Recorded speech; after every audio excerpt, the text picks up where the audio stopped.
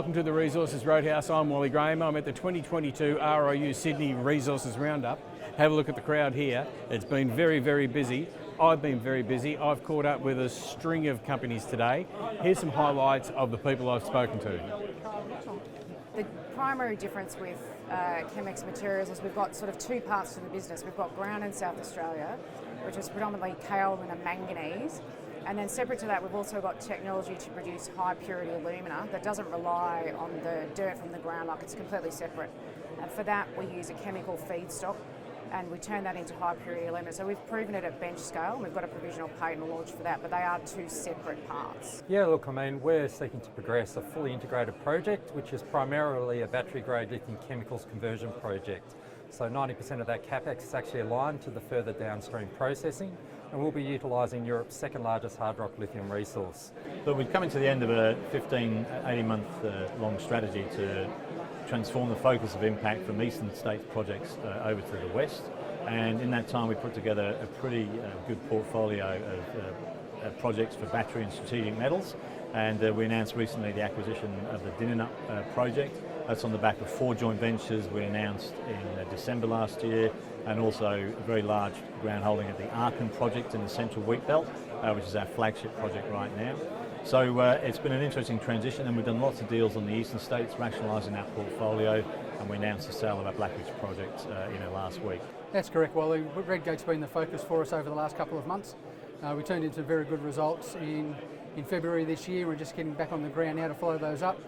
We've got a good 3,000 metre RC program ahead of us, chasing up some really positive results that we saw, like 23 metres at just under 4 grams a tonne from fairly close to surface.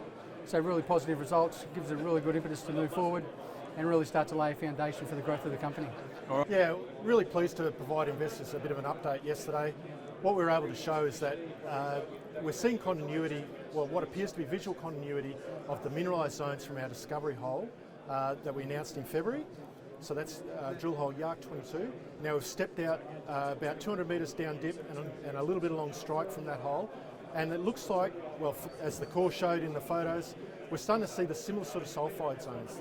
So it looks like that zone is continuous. It's on a mafic, ultramafic contact, and we can map that contact zone through magnetics.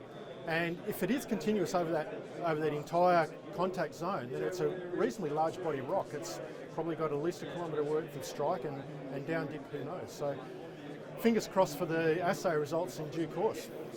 Gidgee. One word, Gidgee. Yeah, we had about 2 million in the bank, and but we've been having a fair bit of success at Gidgee, and so really we're looking at we could throw that whole bank balance at Gidgee at the moment because that's what it needs, but then that would affect all our other projects, things like Landor and stuff up north. So we decided we'd do a raising, really well supported, a placement with some options, and we're going to do a rights issue for some oppies as well. But we'll put basically that whole 2.4 million against Gidgee. Well, when we drill, we hit massive sulphide, and I'm not talking stringer, I'm not talking disseminated, we're talking over 90% sulphide. It's been amazing in terms of what we've done so far. We've drilled over 7,000 metres. We're extending our resources, we're infilling them and upgrading the categories, and very soon we'll be looking and targeting some new discoveries in the region as well.